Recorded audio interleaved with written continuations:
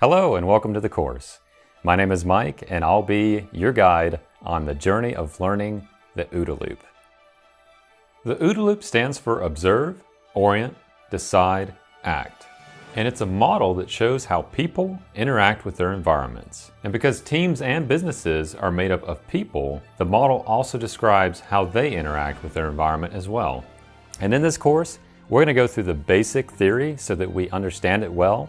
And then we're also going to go into a deep dive of each of the stages of the OODA loop and look at all the components that contribute to it.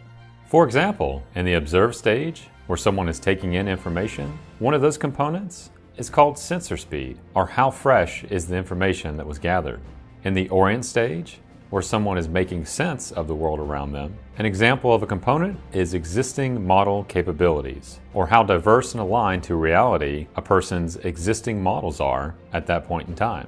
In the decide stage, where someone determines what their decision will be, an example component is decision tree plotting ability, which simply means how good is the ability to predict moves and counter moves.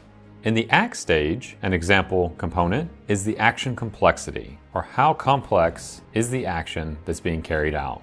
Another critical part of the theory is the command chain. And the command chain is simply a structure in which decisions are made in an organization. And they can be very simple or they can be very complicated depending on how many people are involved in making a decision and which person or which level in that structure has the appropriate decision authority. Once we understand that fully, then we're going to go through several exercises that you can do to take your business to the next level.